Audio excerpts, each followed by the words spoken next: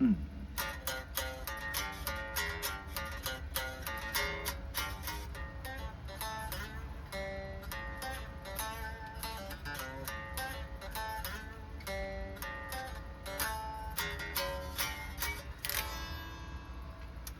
music lovers, Tom from Blakgraz here. Welcome to another episode of Guitar and Gab. That was the beginning of my song, Blaine and Jen. Howdy Blaine and Jen. They're a theme song, some friends of mine.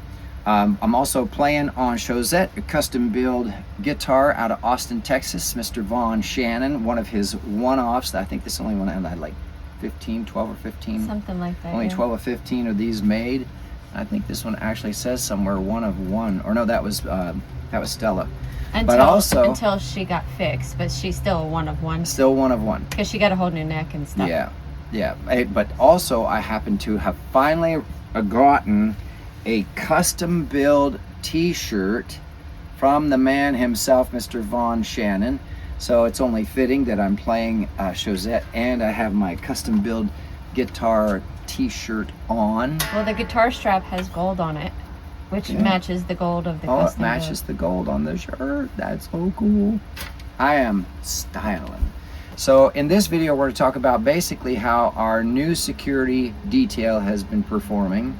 We're going to talk about visiting Mr. Vaughn Shannon, and of course our road manager has to get her cameo in too. So that's her saying that her contract says we're supposed to play right now. It's late at night, she's tired, and she wants us to play, she thinks. But we're going to finish this videotape first. So we're going to talk about visiting Vaughn, we're going to talk about how the new security detail is doing, and maybe a couple other things in the meantime. So let's get to it.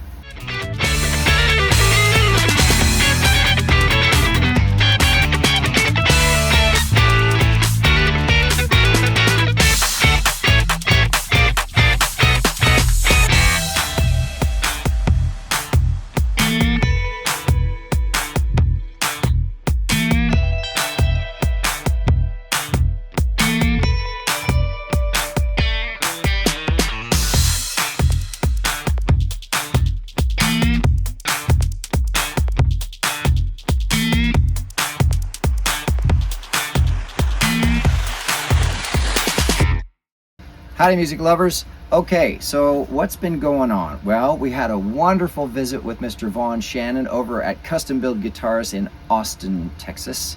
It was awesome because we were coming back from shows up in North Texas to come back through for shows down in South Texas.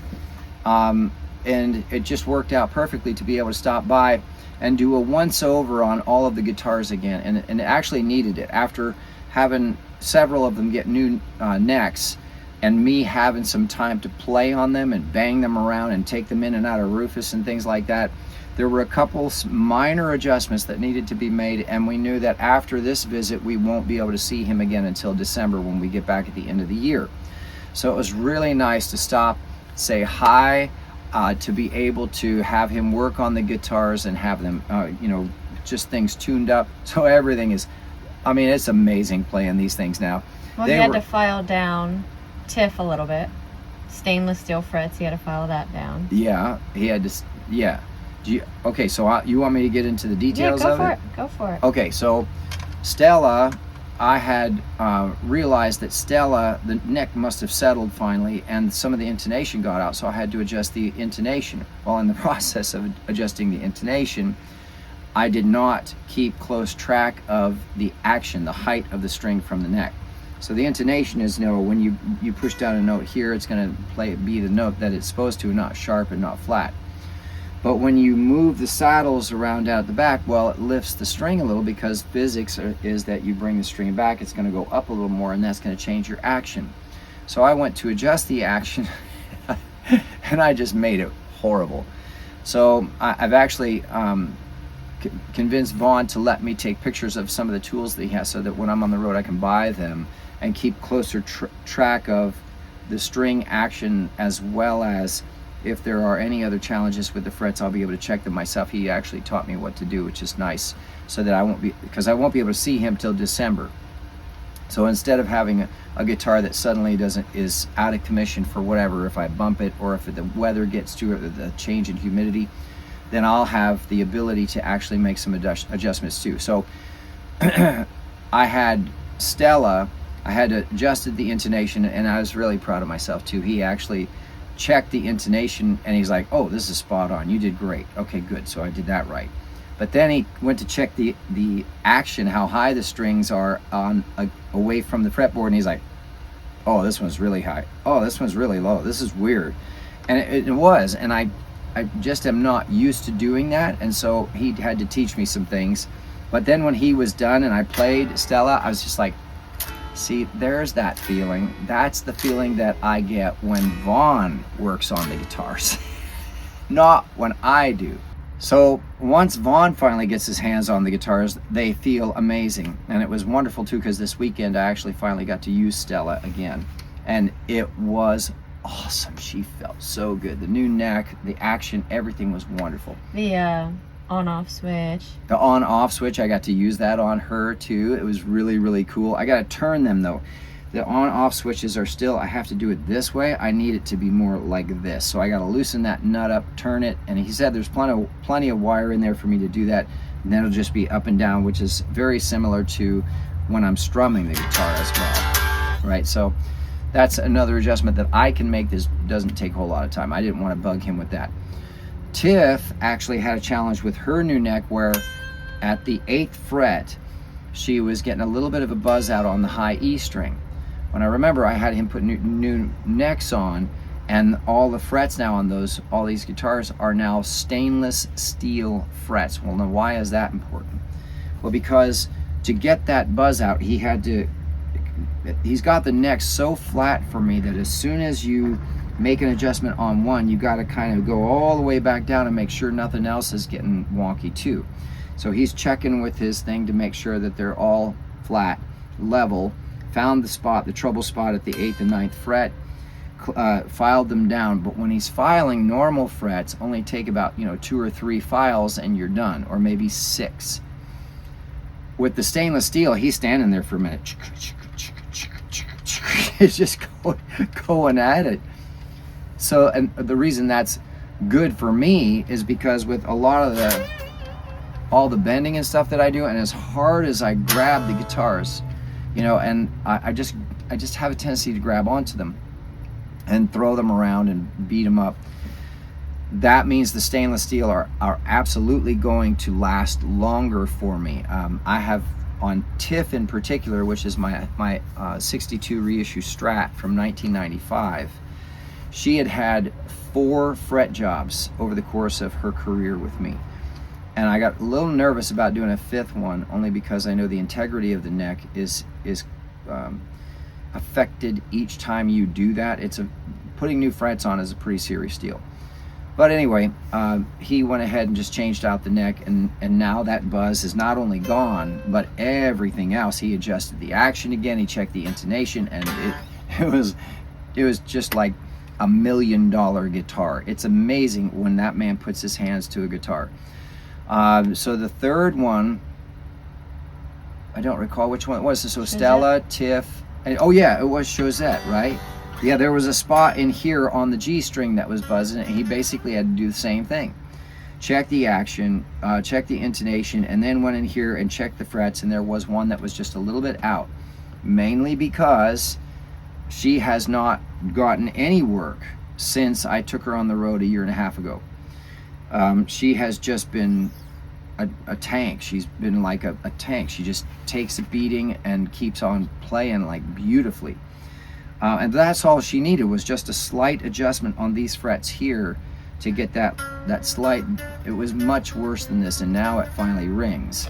Well, she's one of the only different ones too, because the neck is built in. Yeah, she's a one of a kind, and it's not a bolt-on neck. It's actually lacquered in and permanent, so you can't replace the neck quite so easily. This is a very special guitar. It was a very just kind of a one of a few that he decided to make, and so I'm really honored to play Chosette every night. And every night people look up at the stage, and when I put her on, and they're just like, whoa, what is that?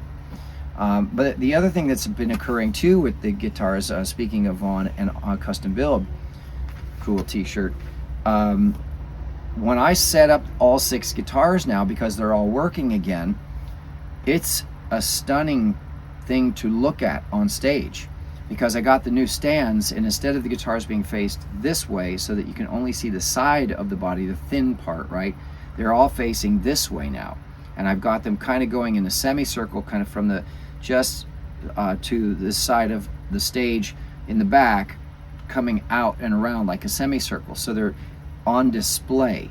It's like you're walking up to a stage that's a music store. There's so many guitars on stage.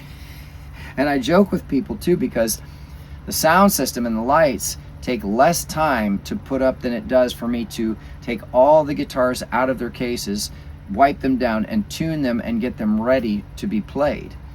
So, I mean, I'm a guitar player, so that's one of the other things I keep saying on stage now. Is like, you know, somebody is serious about playing guitar when they have 6 different guitars on stage. So I'm sure there's, you know, big acts that tour around the country with much more than that because they have roadies. But I'm on my own with my lady, and it's just us, right? Even my security detail won't carry anything. Even my road manager is too lazy to actually even stay awake through a whole show. And of course, neither of them have opposable thumbs. So just keep in mind, you know, that this is us doing all this on our own. However, it is growing really rapidly thanks to folks like you who are actually watching this video. Now, let's get over to the other topic of the day, which is our little rascal right down here, our new security officer. He has just basically decided that he is done for the day. His contract says that's it. After a certain point, I don't guard anything anymore. I have to sleep. He had a very early day today, and then did not get much nap time because we were kind of going. We were up in Bernie, and we went to visit our friends, the owners of En's Thai Food. I'm going to be playing there this weekend for the 27th and 28th, an evening show on the 27th and an afternoon show on the 28th.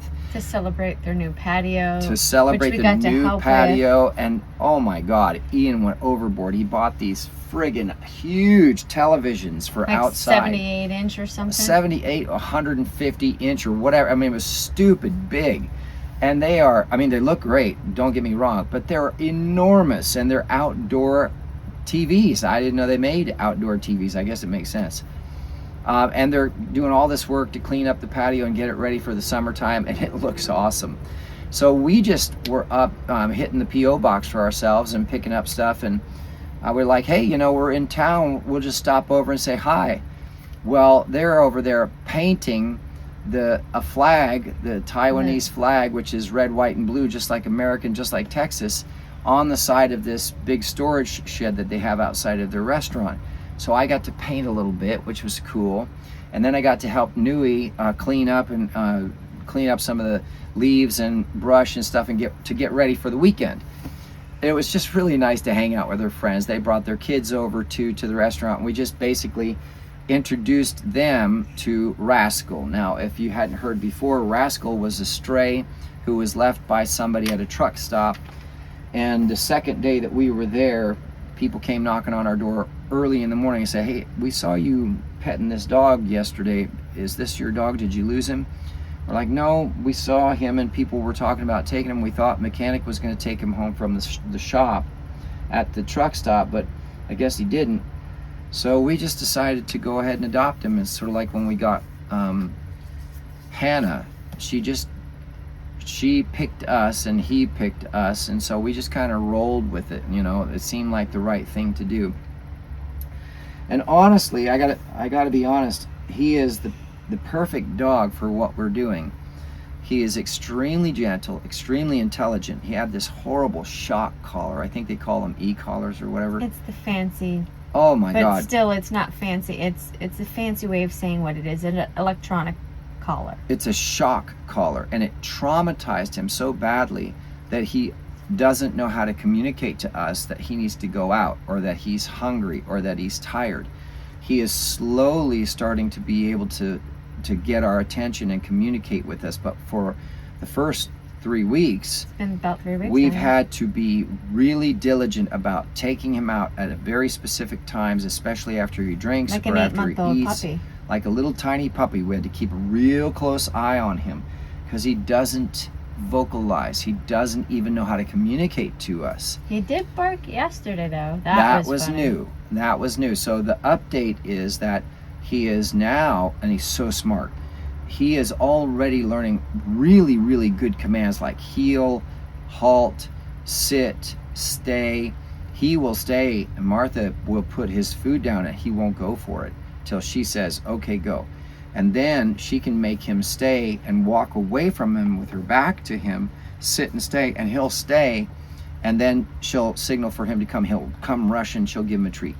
Or she'll put a treat on the floor and he won't go for it until she says, you can have it. Even that, I have to sometimes pick it up because he's like afraid to. But the food, he knows it's a little bit different. Yeah. Now, of course, and that's off leash inside Rufus because we're still working on off leash outside of Rufus because of when we found him, he was very high strung, Hey, anxiety, it's okay. running It's okay, around. It's okay. So boy. kind of like in fight or flight mode. Good So boy. he's still learning boundaries in the sense Good that boy. he's safe. He doesn't need to be reactionary or just run.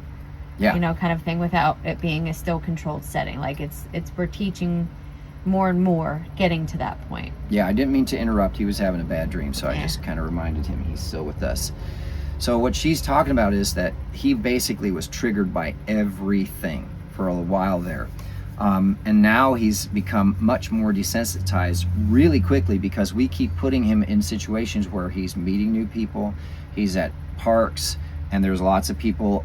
Even today with En's Thai food, we went early and I did some off-leash work with him out in the field and showed him the whole perimeter before they even got there, and they brought the family. So then we got to introduce everybody to him very, very calmly, and he did a great job. Well, and that's important because on Thursday we saw Taylor and Ashley, friends of ours, where we went to a park. We waited for them to come meet up with us just so we weren't leaving him alone. And he was fine at the park walking and everything, but then all of a sudden on a, it was a Tuesday night, not Thursday, Tuesday, the park was like somewhere like 50 to 70 people.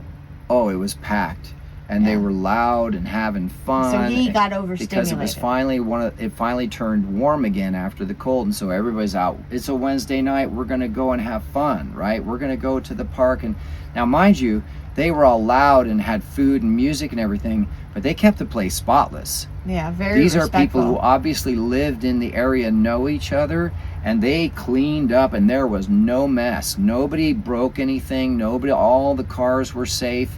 Everybody was respectful. It was just loud. People were having fun, and he wasn't used to that. So we really had to work him a little bit. But then he had so it was with Taylor and Ashley. Couple now days he's later, had this experience with the show that on I did Saturday. this weekend. He was out and got to see me. He got to see me set up. He came up onto the stage like security's supposed to, and got to see me kind of spread out the equipment and see what I do and hear some of what I do, and he even played a little bit on the stage. Really, really restrained. He wanted to play and be excited, but he didn't go crazy. He didn't flip out like he's done in the past. It was more controlled, like, oh, I'm really happy. This is fun. This is exciting. And I still had hold of the leash, so he was picking up off of that too. He's getting good leash manners. A lot of good, yeah. So then he actually stayed for most of the show and was with loud music, me playing, hearing my voice singing and playing, and people coming over and bringing their own dogs over, coming over and asking to meet him. Pet him. And he's laying on the ground, falling asleep like he is now, right? So now today, after hanging out with Ian and Nui and their family, he's exhausted. This boy has had, day after day after day of heavy stimulation, right? Well, he's being desensitized and he's learning he doesn't need to react to everything. So he's just exhausted. Now, we still, at night, we always make sure we take him out one more time just to stretch the legs, give him a chance to, relieve himself, so he'll sleep all the way through the night, just like a baby, right? Just like a puppy. You got to make sure, oh yeah, I should go before I go to bed, right? So we're real cautious about that. We had a couple of small accidents, but nothing big. Now, he does consistently come and wake me up. Yeah, every morning. Every morning. Mhm. And only one time out of all of them, he didn't have to go to the bathroom. But Right. he ultimately does go pee, and then we come back in because he's waking me up more so because he wants food. Right. So when it's a little too early, I take him out no matter what, first and foremost, because I want to reinforce the long sleep and going to the bathroom. And then I slowly work on feeding him, and he sits and he waits for the most part, and he knows he's going to get it too. Yeah, he's just really good. He's so gentle and well behaved. He likes to gets after he goes to the restroom, he gets a little bit excited. And or after eating too, he gets well, kind of like wound up. He like gets energy, and he's like, oh, I feel so good and I'm happy and I just want to play. Come on, let's do something, you know, that kind of thing, like a kid. And then all of a sudden he'll be like, oh, I'm really full. Take a nap. It's so funny. But he's smart. You can look him in the eye and you see him trying to figure it out. And so I think we're going to get one of those slip collars that Dog Daddy fella has. Just to work on a few little minor things, especially with the leash and being specific leash manners that we want to really reinforce to keep him safe, to keep us safe, to keep others safe. I really like what Dog Daddy talks about. You know, if your dog has some kind of accident or has some kind of behavior, it's because you didn't teach them what to do. You didn't do your job. And that's been a really different perspective for me, because I used to think that the dogs were being willful. Really what it comes down to with dogs is they're looking to you for guidance, and if they don't get it, then they get nervous, because then they're like, okay, I guess I have to take control. Or fearful too. Right, and so they get scared for themselves as well as defensive of you. So it's just really interesting to be training a dog while trying to do this tour at the same time. But he's so good and he's so smart, and you can see that he really wants to do the right thing. He wants to do whatever it is that makes us happy. He loves affection. He loves the scratches and the pets and the good boys and the affirmations. Yeah, the only challenge is he wants to play inside Rufus, and it's like we can't. Their space doesn't allow for it with it's his not size. Big enough. It's not and big we're enough. building up to where he can be off leash, but we have to do it in a still controlled setting where then we can play with him, roll a ball, and he'll chase after it. He's not completely there where we can just take him outside and do some play, full-on play, and really reinforce it and let when it's wide open spaces. We don't know for sure if he really will come back to us and follow our commands just yet off leash. Yeah, he still gets triggered sometimes. Squirrels, so funny because that movie Squirrel, certain noises, certain smells that we don't even know, and he'll just kind of get weird. Yeah. Or energy, sometimes we're walking around places that we're staying, like truck stops or something, just getting laps in with him, and he'll like go by some trucks and he'll be kind of like slowing down, and then he'll want to speed up and get by them because he's nervous. And so we're just basically having to reinforce that, no, you're with us and we've got your back. We're going to take care of you.